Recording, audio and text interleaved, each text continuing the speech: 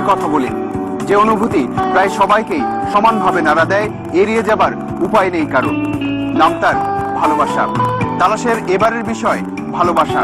কেউ বৃক্ষ ভালোবাসে, কেউ প্রকৃতি, কেউ বা পশু পাখি। বাবা মায়ের সাথে সন্তানের যে ভালোবাসার সম্পর্ক, তার আবার তুলনা চলে না কারো সাথেই। ভালোবাসার ব্যাপ্তি এতই বিশাল যে সারা জীবন ব্যয় করেও হয়তো এর সীমা পরিসীমা নির্ধারণ করা কঠিন। তাই তালাশের এই পর্বে আমাদের নজর থাকবে শুধুমাত্র মানব মানবীর প্রেম বা ভালোবাসার দিকেই।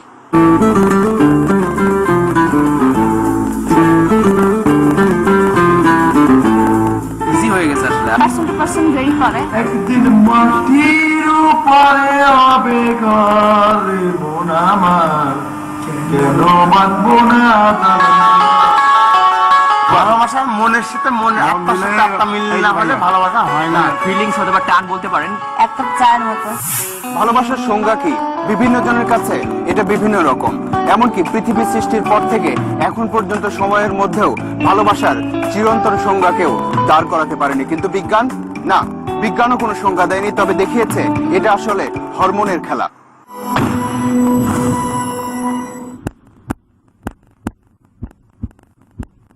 যুক্তরাষ্ট্রের ক্যালিফোর্নিয়ার ইনস্টিটিউট অফ হার্ট ম্যাথ টানা 20 বছর ধরে গবেষণা করে এটা দেখেছে যে মানুষের হৃদয় থেকে এক ধরনের ইলেকট্রোম্যাগনেটিক ফিল্ডস নিঃসৃত হয়।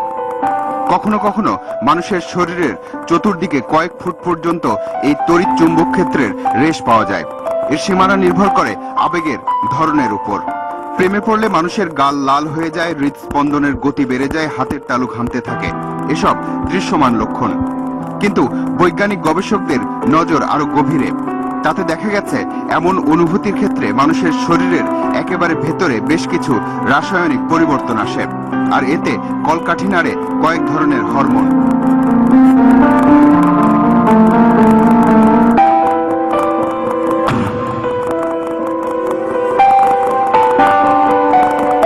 প্রেমে পড়ার প্রথম ধাপে টেস্টোস্টেরন আর অস্ট্রোজেন নামের দুটি হরমোন সামনে চলে আসে। এই দুটি হরমোন মানুষকে এমনভাবে তাড়িত করে যাকে এক কথায় লালসাও বলা যায়। এর প্রভাবে একেবারে মরিয়া আচরণ পর্যন্ত করতে পারে মানুষ।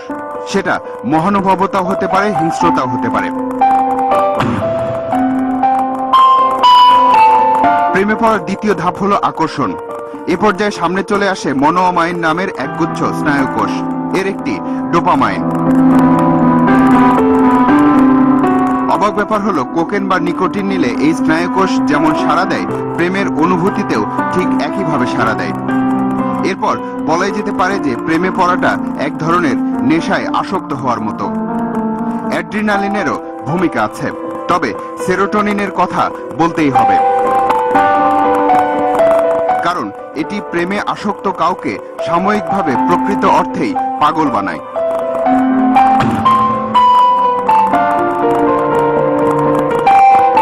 প্রেমের ক্ষেত্রে মানুষ কখনোই শুধু আকর্ষণ পর্যন্ত সীমাবদ্ধ থাকতে পারে না। এই পর্যায়ে পৌঁছালেই মানুষ বিয়ে থেকে শুরু করে সংসার পর্যন্ত স্বপ্ন দেখে। তবে সম্পর্কের এই স্থায়িত্বের অনুভূতি আনার জন্য দুটি হরমোনকে কৃতিত্ব দিতেই হবে। এর একটি ভাসোপ্রেসিন, অন্যটি অক্সিটোসিন। এই অক্সিটোসিনের কারণেই মায়ের সাথে সন্তানের বাঁধন তৈরি হয়। প্রেম বা ভালোবাসার ক্ষেত্রে শুধু হরমোন নয়, জিন দ্বারাও প্রভাবিত হয় মানুষ। তবে একটা কথা না বললেই নয়, গবেষণায় দেখা গেছে প্রেমে পড়লে মানুষের মাথা বা ব্রেন যেভাবে কাজ করে, যে কোনো মানসিক অসুস্থতার ক্ষেত্রেও একই রকম কাজ করে।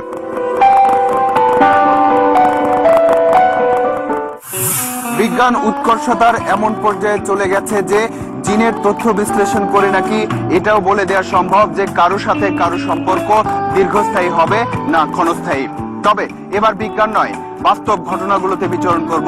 আমরা দেখার চেষ্টা করব হরমোনগুলো মানুষের মধ্যে ভালোবাসার অনুভূতি সৃষ্টি করে তাদেরকে দিয়ে কি কি কাজ করাচ্ছে। প্রথমেই ধর্মবদল।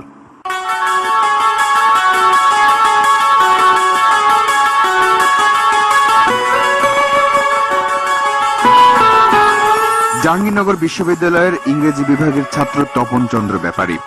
এই তপন ভালোবাসার বাঁধনে জড়িয়ে পড়েছিল মুসলিম পরিবারের মেয়ে উম্মে কুলসুম দিথির সাথে। দুই ধর্মের এই ছেলে মেয়ে যখন নিজেদের প্রেমকে প্রণয়ে রূপ দিতে গেলেন, তখনই তাদের মাঝখানে বাধার দেয়াল হয়ে দাঁড়ালো ধর্ম। কিন্তু সেই দেয়ালের দুপাশে থেকে নিজেদের আলাদা আলাদা ভুবন তৈরি করেনি তারা, বরং ধর্মের বাধাকেই জয় করেছেন। সেই তপনচন্দ্র ব্যাপারী এখন আশরাফুল ইসলাম তপন, আর তিথি এখন তার ঘরণী। তো আমি প্রথমত অ্যাফিডেভিট দিই, আমার ধর্ম চেঞ্জ করি, ও এখানে আমাকে ইন্সপায়ার করছে। নিজের চেয়ে বয়সে 10 বছরের বড় একজনকে ভালোবেসে বিয়ে করার কারণে সমাজ ছেড়ে পাহাড়ের গুহায় আশ্রয় নিতে হয়েছিল চীনের লিউ জুজিয়াংকে। সেই গুহায় যাবার পথ করতে জুজিয়াং নিজের হাতে বানিয়েছিলেন 6000 সিঁড়ি। সে এক অমর প্রেমের গল্প। সেই জুজিয়াং এর দেশ চীনের এক মেয়ে লিও পরিবার, সমাজ, ধর্ম আর দেশ ত্যাগ করে এখন বাংলাদেশে সংসার পেতেছে। This was just meant to be. You're coming back to me. 'Cause this is pure love. 'Cause রাজধানীর মোহাম্মদপুরের শেখের টেকের এই বাসায় ঢুকলে যে মেয়েটার দরজা খুলে দেবে তার নাম সাইদা, কিন্তু তার চেহারার দিকে তাকালে মনে খটকা লাগতে পারে। কি রান্না করেন? এটা ওই যে সবজি রান্না করছে। কেমন হবে? ভালো। মজা হবে? হ্যাঁ, ভালো রান্না করতে পারেন? বেশি না। উৎপল তার স্বামী, এই শিশুটি তাদের সন্তান। আর সাইদা কিন্তু দেশ এবং ধর্মত্যাগের পর পরিবর্তিত নাম। তার আসল নাম লিও, বাড়ি চীনের মেজো প্রদেশে। চিন্তা করতেছে যে আন্টি রাজি হবে নাকি, কি বলবে, তারপর আমার ফ্যামিলি কি বলবে, রাজি হবে নাকি, পছন্দ করবে নাকি, এইটাই।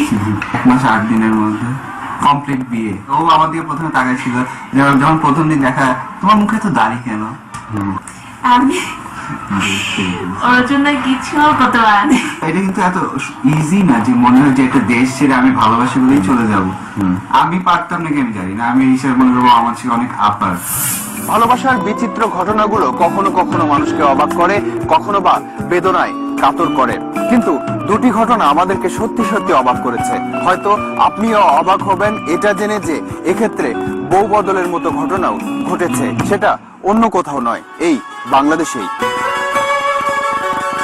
চুয়াডাঙ্গার জীবননগর থানার বাঁকা গ্রাম। জাফর আর আনার দুই বন্ধু, জাফরের স্ত্রী লাইলি আর আনারের স্ত্রী শিল্পী। আমার বউ তোমাকে দিলাম আর তোমার বউ আমি নিলাম এমন ঘোষণা না দিলেও বদলে গেছে তাদের বউ। 2009 সালে ভালোবাসার টানে লাইলি চলে যায় জাফরেরই বন্ধু আনারের কাছে। কিছুদিন পর আনারের প্রথম স্ত্রী শিল্পীর সাথে মন দেয়া নেয়া শুরু হয় জাফরের। এক পর্যায়ে শিল্পী চলে গেল জাফরের ঘরে। এভাবেই বউ বদল হয়ে গেল দুই বন্ধুর। এমন ঘটনা শুধু চুয়াডাঙ্গা নয়, তালাশ টিম এমন আরো একটি ঘটনার খবর পেল গাইবান্ধা জেলার সুন্দরগঞ্জ থানার চণ্ডীপুর ইউনিয়নে। এই ইউনিয়নের দুই বন্ধু শহীদুল আর তারা মিয়া এখন অবশ্য বন্ধু থেকে শত্রু। তবে এই দ্বন্দ্বের কারণ অন্যরকম, কারণটা বউ বদল। সারা গান করুন ভাই, যা হবার হয়েছি 20 দিন গত হয়ে গেল। বাচ্চাটা আমার বাসা জানা মামা করে পাগলা হয়েছে। তোর হাত পা উঠে ধর আমার ওই বাচ্চাটা, বাচ্চার জন্য মেয়েটা তুই যে ফেরত নিয়ে তা তো নেই। মানে আমার বউ গেছে, আমি মাথা পাগলা করতে এই যে কান্দি ব্যাগুন গুলো হয়েছি, তখন আমাকে নিয়ে বলতেছে তুমি কান্দাকাটি করো না, তোমার সংসার আমিই করবো। প্রেমে পড়লে মানুষ নাকি কল্পনায় সপ্তম আসমানে অবস্থান করে। এজন্যই হয়তো ভালোবাসার কারণে মানুষ দেশ ত্যাগ করে, বয়সের বাধা জয় করে, ধর্ম ত্যাগ করে। প্রেম তো স্বর্গীয় আর আত্মহত্যা মহাপাপ, কিন্তু অনুভূতির কোন পর্যায়ে পৌঁছালে মানুষ নিজের জীবন পর্যন্ত দিয়ে দেয় সেটা কি ভেবে দেখেছেন? পুরো বিশ্বই যখন 14 ফেব্রুয়ারি বিশ্ব ভালোবাসা দিবস পালনে উন্মাতাল, তখন ভালোবাসার কারণেই একসাথে জীবন দিল গোপালগঞ্জের সদর উপজেলার সাউথ শেখ আর মিতু। কাঠিবাজার গ্রামীণ ফোনের টাওয়ার থেকে লাফিয়ে আত্মহত্যা করে এই প্রেমিক যুগল। ভালোবাসা ছিল দুজনের, কিন্তু পরিবারের কারণে মিলন হয়নি। মিতুর বিয়ে হয়েছিল অন্য জায়গায়, কিন্তু দুজনই রয়ে গিয়েছিল দুজনের মনে। আর একসাথে আত্মহত্যা করে তারা হয়তো এটা দেখাতে চেয়েছে যে ভালোবাসার স্বীকৃতি না পেলে এই পৃথিবীতে বেঁচে থাকার পরোয়া করে না তারা।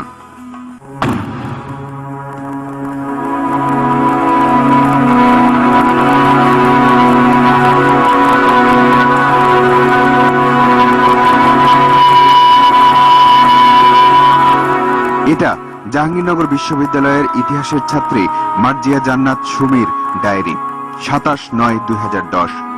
সুমন নামে ওই বিশ্ববিদ্যালয়েরই একজন শিক্ষক এলো সুমির জীবনে।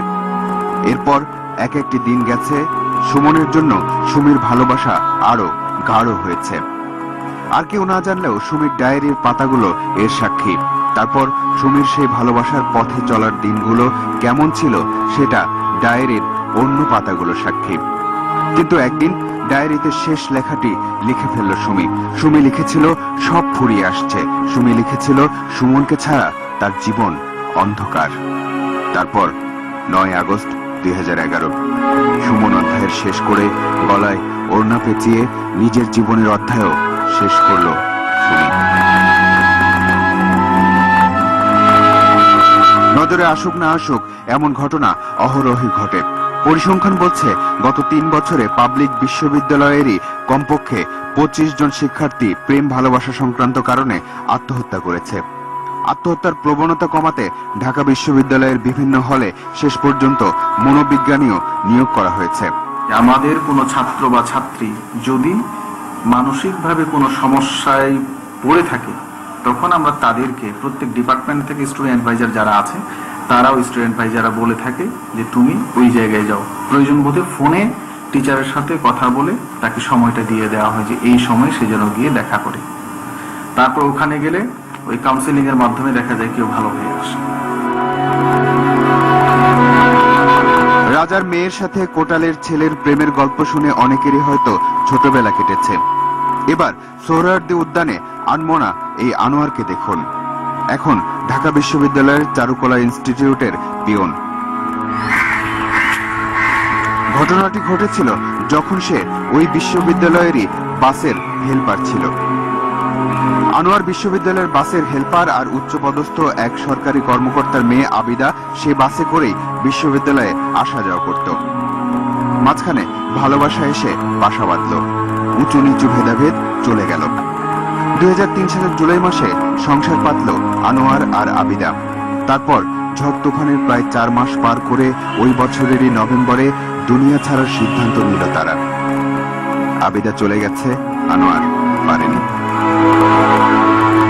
সকালবেলা আমরা দুজনে যেখান থেকে আমাদের প্রেম শুরু হয়েছে, যেখান থেকে আমরা প্রেম শুরু করছি ওইখানে যাবো, ওইখানে যাইয়া ওইখানে বসে দুজনে প্রেম, দুজনে একসাথে গাছের তলা দুটো একসাথে খাবো।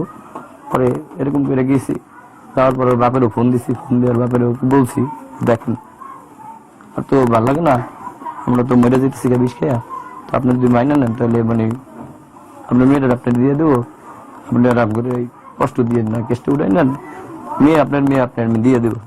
তো বললো যে সোজা বাচ্চা তুই আয় আগে। ওই মেন্ডিনের বড় বোতল আমার হাতে আর ওই যে চোখের ডরকের মধ্যে 2 শিশি ওটা দিছি। তো ইঞ্জিনের বড় বোতলটা পুরো আমি খাই ফেলেছি। পরেও মনে করেন যে ওই শিশি একটা শিশি খাইছে আর একটা খাইতে নিছে আর পড়ে গেছে। মনে করেন যে একটা দোষী মনে হয় যে আমি একটা দোষী। ভালোবাসা কখনো কখনো এভাবেই তছনছ করে দেয় সবকিছু। ভালোবাসা তাহলে কি শুধুই পাওয়া না পাওয়ার আনন্দ বেদনার গল্প? না, প্রতারণা,